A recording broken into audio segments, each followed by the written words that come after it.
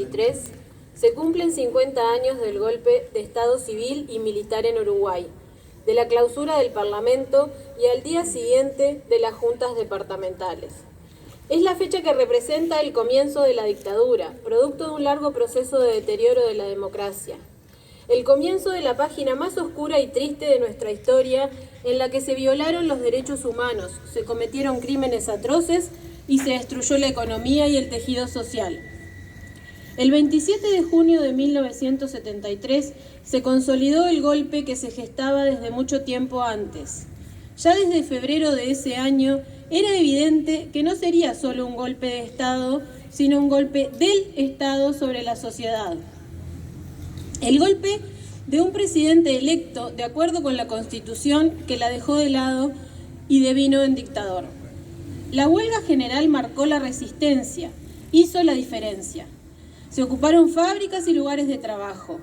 15 días en los que se intentó, desde los lugares más comunes, enfrentar la crueldad que no se imaginaba cabalmente. El Estado, dirigido por mandos del ejército y algunos civiles funcionales a ellos, encarceló, expulsó al exilio, destituyó personas, torturó, desapareció y asesinó. Muchas personas sufrieron consecuencias de distinta índole. El derecho al trabajo se vio restringido, se cercenaron infinidad de derechos y libertades de la vida cotidiana, se prohibieron las reuniones, se controló la música que se escuchaba, la ropa que podían usar las y los jóvenes, el corte de pelo y se difundió el miedo como modo de relación, con efectos que duraron mucho más allá que la propia dictadura. Afectó todas las dimensiones de la vida de las personas, se marcó una generación completa y sus vidas ya no volvieron a ser las mismas. Se instaló un clima policíaco y de intolerancia represivo para las personas opositoras al régimen y donde solo quienes estaban del lado del poder ostentaban ciertos derechos. En ese momento, resistir también implicaba valorar la democracia. Miles de personas se vieron obligadas a exiliarse, otras fueron torturadas, desaparecidas y asesinadas en manos de las fuerzas represivas de la dictadura. Familias enteras fueron separadas, cientos de hombres y mujeres perdieron sus vidas luchando por sus derechos y por una sociedad mejor. El terrorismo de Estado operó en todo el territorio nacional y nuestro departamento no estuvo ajeno.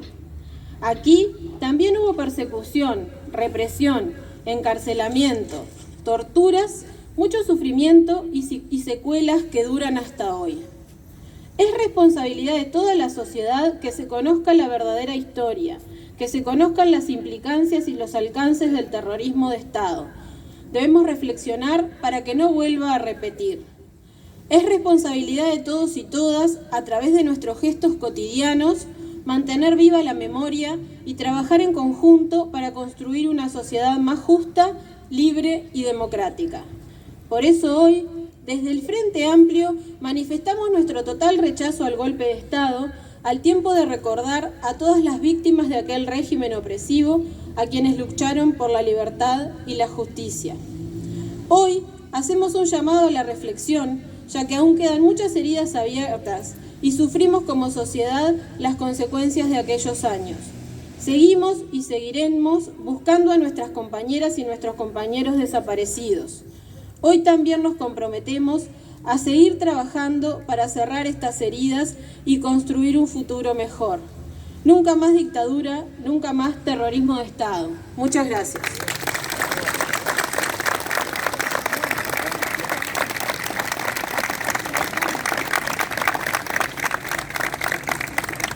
No presenté y tenemos a Joana Ferreira, nuestra intérprete de lengua de señas. Y a veces uno también por la edad, no me gusta esto de ser autorreferencial, pero por la edad, y hay un montón de profes de historia, me da como un poco de cosa, pero algo también para dejar en claro o volver a repetir es que en ese periodo de dictadura, una dictadura cívico-militar, porque si nosotros también pensamos y vemos cómo estamos viviendo el día a día y qué es lo que va pasando también a nivel parlamentario, vemos que hay relatos de historia que a veces una con otra parecen totalmente contradictorias.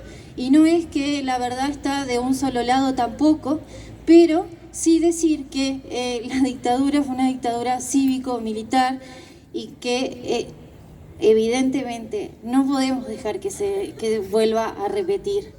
Y no podemos dejar que discursos que podemos decir discursos de odio vayan tomando cada vez más fuerza, como parece que puede estar pasando, y también tenemos que andar mirando alrededor en América Latina, que en definitiva también lo que pasó en aquella época no pasó solo acá en Uruguay, sino que fue algo en toda América Latina.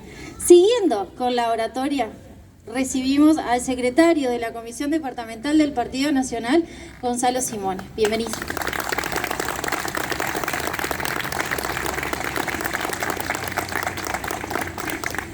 Traje una de las Biblias que tenemos nosotros, este libro de Diego Abal, que son En la huella de Wilson.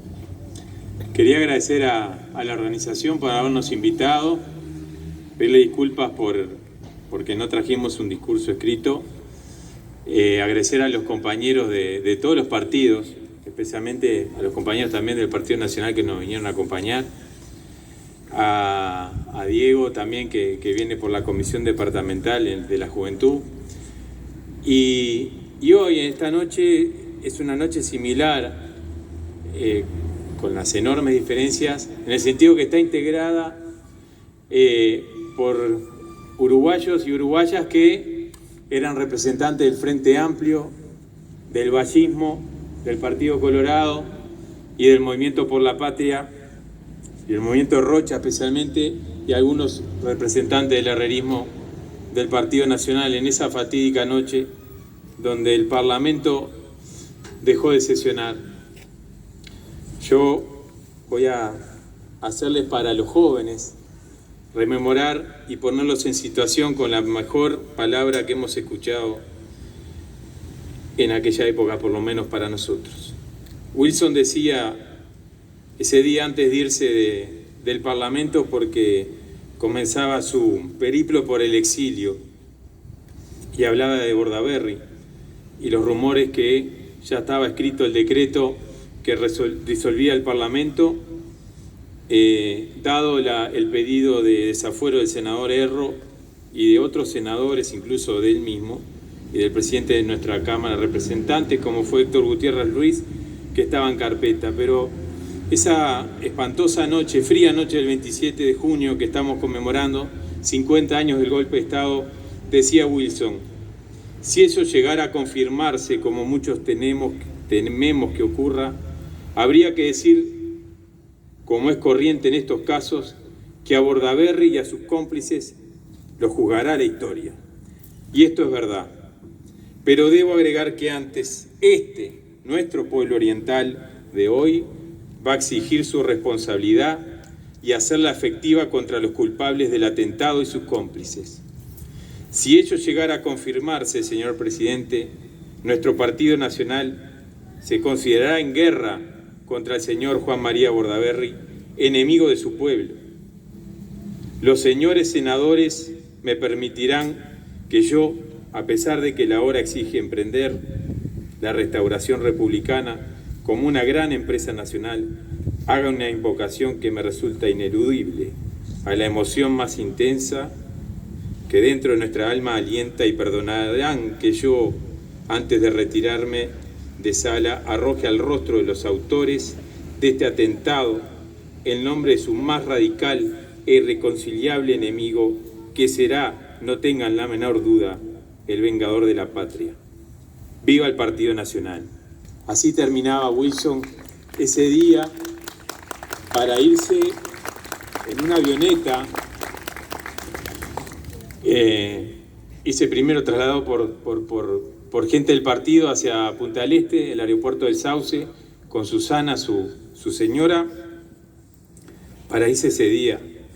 Y Wilson, hay una anécdota que cuando el avión da vuelta, porque además el vuelo, él no podía entrar al aeropuerto, dio vuelta y esperó un ratito en el campo, estaban Susana y él agazapados, y sé que Wilson le dijo a Susana, podrás decir cualquier cosa de mí, menos que te vas a aburrir conmigo, ¿no?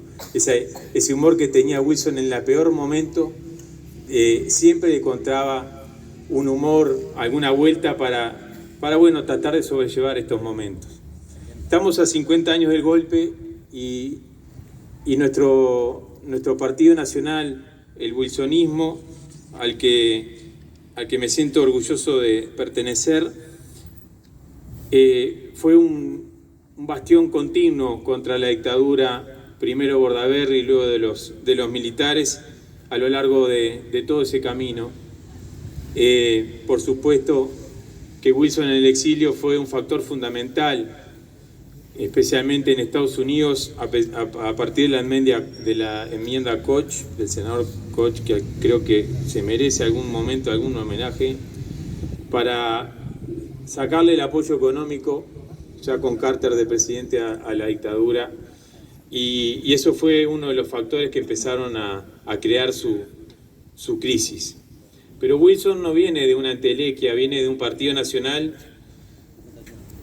cuyo lema, yo cuando era estudiante iba a la casa de un queridísimo amigo de Tacuarembó, que el padre era blanco, es blanco, y tenía en un cuadrito una divisa de 1904, encuadrada, original, que decía Defensores de las Leyes.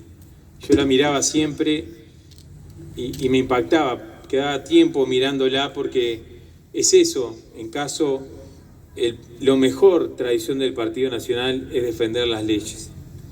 Y de eso, a lo largo de toda la historia, nunca nos hemos apartado, este viejo y querido Partido Nacional, que en este caso tiene una deuda histórica con la verdad y que en parte también con la justicia, porque Wilson se nos fue y si bien cuando la salida democrática y todo el evento que sucedió luego con la ley de caducidad es algo que Wilson creó para sacar de las castañas del fuego, como se decían, al Partido Colorado y al segundo golpe que estaba de hecho, a Wilson no le dio la vida para enmendar esto que es la verdad y la justicia.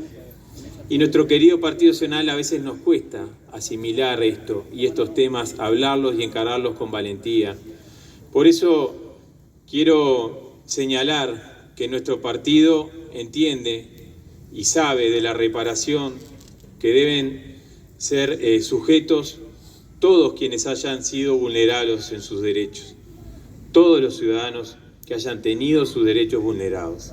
Pero también sabe que debe generar un ámbito de discusión fraterno interior también con respecto a, por supuesto, que aparezcan los 197 desaparecidos o que se sepa su verdad y que las familias de los desaparecidos puedan enterrar a sus muertos como es debido, como nunca pudo haber sucedido en este país tan republicano y tan democrático, pero que a nosotros nos cuesta.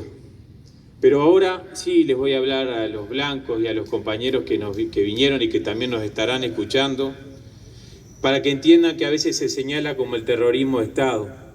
Yo les voy a explicar qué es el terrorismo de Estado en un ejemplo.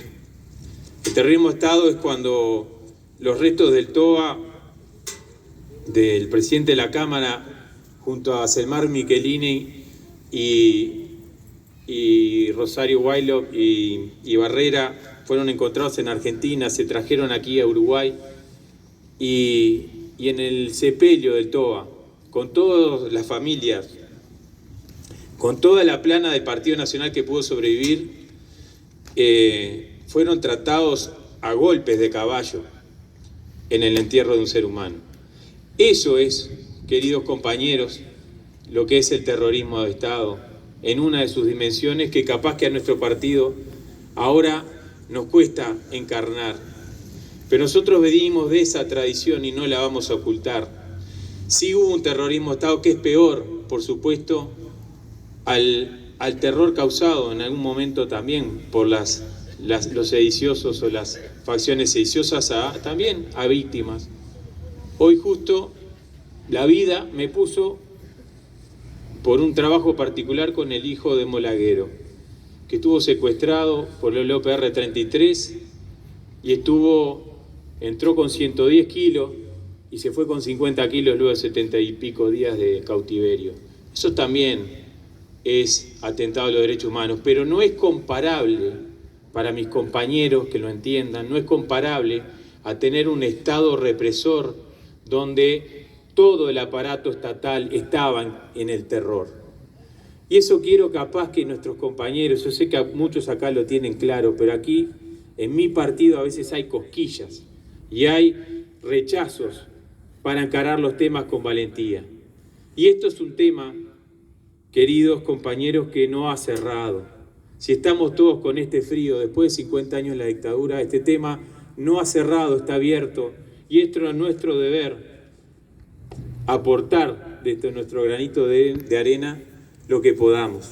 Hay trabajos que se están haciendo, hay por lo menos un desaparecido que está apareciendo.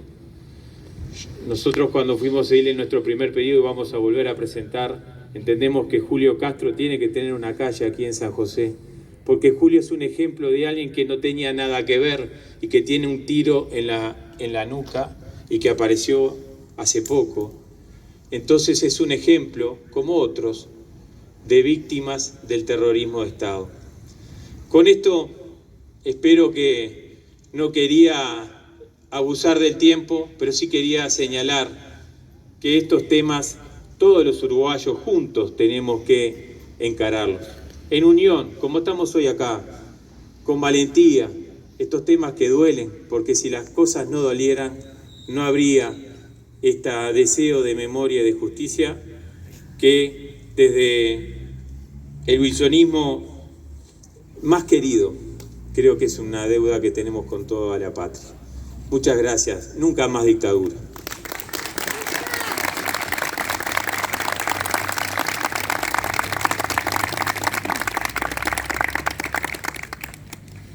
Algo que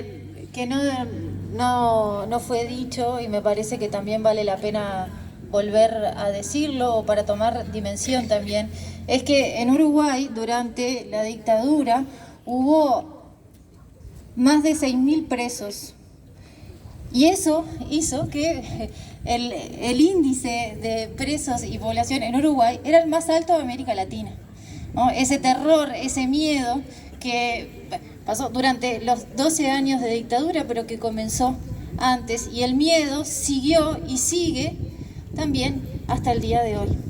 Por eso es importante que todos digamos nunca más al terrorismo de Estado. Y como concepto, ¿no? El terrorismo de Estado, ¿qué es? Es la utilización de métodos ilegítimos por parte de un gobierno, los cuales están orientados a producir miedo o terror en la población civil para alcanzar sus objetivos o fomentar comportamientos que no se producirían por sí mismos. No nos olvidemos que las mujeres que estuvieron presas fueron abusadas sexualmente.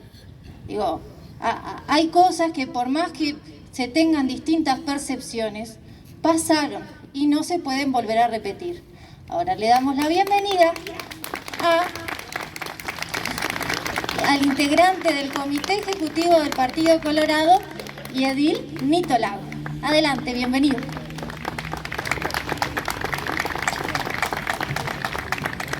Bueno, buenas noches. Muchas gracias, Clarita, y a la Intersocial por este... Perdónenme, a mí me gustaría decir recordar. Porque conmemorar es como... Sentiría como que es algo que nos podría sentir de orgullo. Y yo creo que, fíjense, yo tengo 51 años. Tenía un año cuando nos pasó lo que nos pasó en el Uruguay. Pero lo que yo quiero evaluar es, imagínense lo que pueden sentir nuestros hijos, nuestros niños, cuando les comentamos de lo que pasó en el Uruguay. Lo ven algo muy lejano. Como les pasó capaz que a otros jóvenes porque no fue la única dictadura, fue una dictadura muy feroz, donde, bueno, no voy a abundar en lo que nos dijeron los que me antecedieron la palabra. rompieron la vida de muchas personas. Pero sí lo que tenemos que recordar, a mi juicio, es evaluar qué fue lo que pasó, por qué se llegó a esto. Obviamente cada uno tendrá su composición de lugar y forma parte de la libertad, del libre pensamiento. Eso es el Uruguay. Nos pasó que fuimos perdiendo el respeto entre nosotros, la tolerancia. Y la tolerancia no es más que nada el respetar a aquel que puede tener un sentimiento distinto, una forma de ver distinta a la realidad de la vida. Y cuando llegamos a esos extremos, perdemos la paz. Y cuando perdemos la paz, perdemos las libertades, que es lo más importante que podemos tener los seres humanos en cualquier orden de la vida, en cualquier país. Por lo que muchos en nuestro país murieron, dieron su vida por la libertad. Entonces yo creo que son cosas que tenemos que recordar para ver, de no volver a repetirse, porque aquí no podemos decir, y permítanme, porque en muchos casos se dice, y diferentes personas, o políticos que se sienten que son historiadores, o historiadores que se sienten que son políticos, o periodistas, o se confunden determinadas cosas, y yo creo que es parte también del libre pensamiento que tenemos que respetar, que hay diferentes posturas. Porque aquí muchas veces, y yo lo he sentido, y muchos de nosotros lo hemos sentido, y nunca nos vamos a poner de acuerdo cuál fue el proceso que encendió la mecha. Lo importante es darnos cuenta que no lo hemos podido cerrar y que capaz, y tenemos que ser sinceros, no lo vamos a poder cerrar en el corto plazo, por más que encontremos a las personas que necesitan tener su paz interior, que es algo fundamental y que el Estado debe de garantizar de que eso suceda. Porque indudablemente de esa situación el Estado fue responsable. Y del otro lado lo que tenemos que hacer toda la sociedad en su conjunto es lograr entre todos ver y tener una única mirada para resolver esta situación. Hemos ido dando pasos en el Uruguay, los diferentes gobiernos a sus formas, en su momento, porque forma parte, cuando recuperamos la democracia en el 85, la gente quería determinadas cosas que sucedieran en el Uruguay. Se dieron esos pasos. Capaz que no fueron los mejores cuando hoy lo vemos con casi 30 y pico de años, casi 40 años para adelante. Por cierto, pero fue el momento en Uruguay lo que necesitaba. Luego hemos ido sucediendo determinadas cosas, como llegamos a la Comisión para la Paz. Permítanme que, me involucra, porque, para mí fue un presidente que marcó determinados hitos. Era un valle, y él sentía que el Uruguay debía de tener esa Comisión para la Paz para lograr determinadas respuestas a lo que determinados uruguayos precisaban tener. Y se lograron pasos. Luego viene el presidente Tabaré Vázquez y da otros pasos, donde se encontraron a familiares desaparecidos, muertos en nuestro país. Y ahora llegamos que también se continúan esos procesos. Eso es lo importante, ir logrando encadenar esos procesos, pero que al final nos demos cuenta que somos todos uruguayos y recordar cuál fue la situación a que nos llevó para justamente no quedar en una sola frase, que yo entiendo que es importantísimo decir nunca más, pero lo importante es entender para lograr eso qué es lo que tenemos que asumir cada uno de nosotros, cómo cuidar la República, cómo cuidar la democracia. Es un proceso que cada uno de nosotros tenemos que asumir la responsabilidad, los políticos y la sociedad, porque no olvidemos que muchos, yo recuerdo cuando era niño, que decían que en la dictadura había más seguridad. O sea, hubieron uruguayos que sentían eso. O sea, la democracia, el gobierno republicano no les daba respuestas. Eso fragmentó la sociedad. Eso es lo que tenemos que cuidar y enseñar a las generaciones que vienen de qué forma se deben de ir solucionando los conflictos que pueda tener una sociedad, pero siempre respetando con tolerancia y con respeto a aquel que pueda sentir una forma distinta. Yo era lo que quería decirlo porque siento que el Uruguay viene avanzando, viene creciendo y mejorando en esa situación, que nos queda mucho. Pero entre todos tenemos que buscarle las respuestas y entender que hay personas en el Uruguay que necesitan tener una respuesta para tener paz en el interior. Muchas gracias y nunca más dictadura.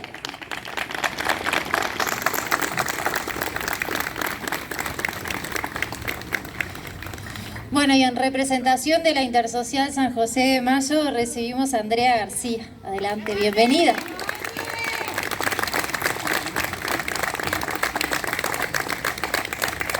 A las 5 de la tarde.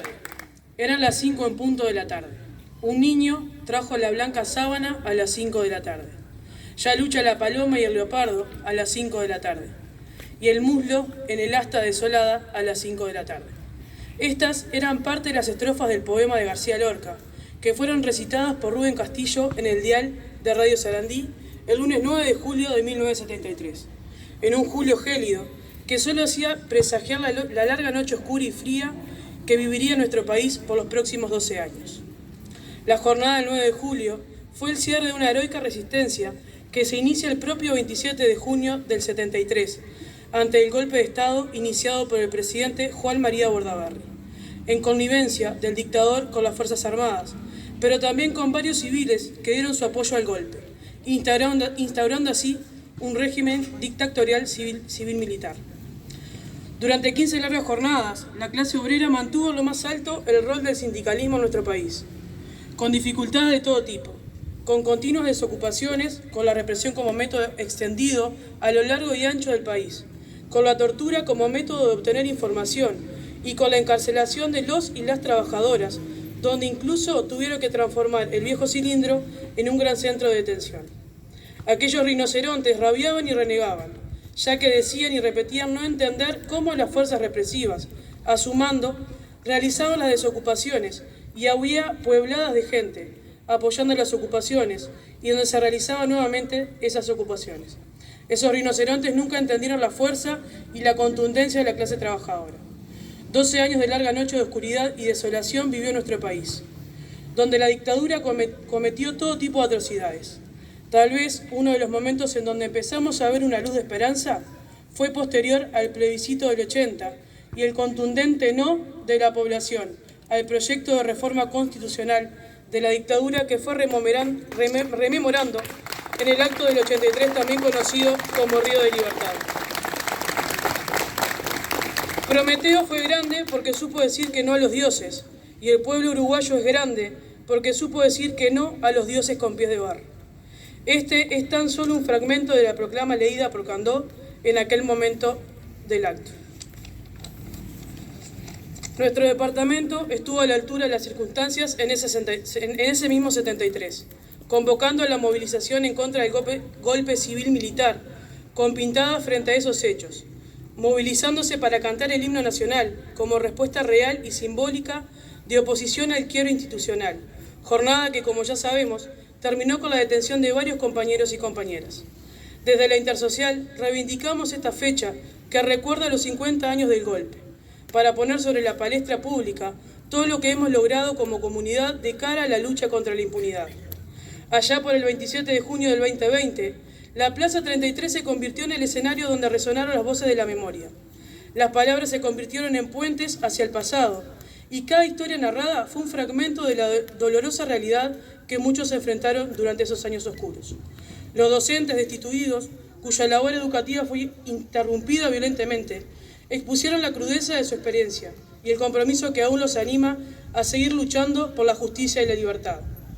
Los cooperativistas, testigos directos de la opresión y las dificultades económicas, relataron con fervor la tenacidad y la solidaridad que caracterizaron sus acciones durante aquellos tiempos difíciles. Sus palabras resonaron como un canto a la resistencia, recordando la importancia de mantener viva la memoria y honrar la lucha colectiva. Las personas vinculadas al ámbito cultural, a través de sus exposiciones, pusieron al descubierto la censura y los obstáculos que enfrentaron para expresar libremente sus ideas y creaciones. 9 heroicos compañeros y compañeras, expresos y expresas, compartieron sus vivencias desde las entrañas de la represión, mostrando la fortaleza de su espíritu y el impacto duradero que la injusticia dejó en sus vidas. Sus palabras eran un recordatorio de la necesidad de seguir luchando por la verdad y la reconciliación, y de la importancia de nunca olvidar el pasado para construir un futuro más justo. Fue un acto de poner el cuerpo y dar voz a aquellos que sufrieron la tortura, la detención y la persecución. Un llamado a la justicia y a la construcción de un futuro donde los derechos humanos sean respetados y la memoria sea preservada. Durante todo este lapso, estos compañeros y compañeras han encarado un largo proceso de denuncia ante la opinión pública y sobre todo ante la justicia de los 4 torturadores del batallón de Infantería Mecanizada número 6 de San José, que por el año 73 y durante un largo periodo se dedicaron a detener y torturar a compañeros y compañeras, quienes manifestaban su repudio al golpe con pintadas, panfletos y folletos.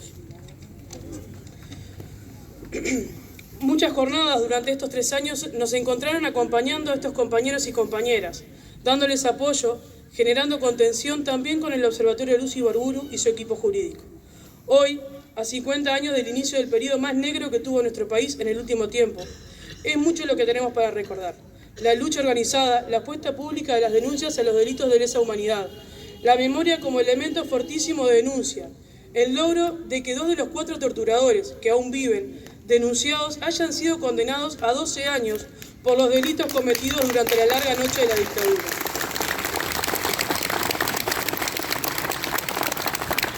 La Intersocial quiere volver a poner en lo más alto a estos compañeros y compañeras, por la valentía de volver a poner el cuerpo y dar voz a una cantidad de compañeros que hoy no tienen voz. En ellos nos reconocemos y es en ellos en quien queremos seguir caminando juntos y juntas. San José ha estado a la altura de la lucha contra la impunidad, para que nunca más terrorismo de Estado sea una lucha de todos los días, para que nunca más terrorismo de Estado sea un emblema que nos represente a todas y todos, para que nunca más terrorismo de Estado nos sirva para tener memoria y nos nuclee todos y todas en la lucha de las causas justas. Gracias.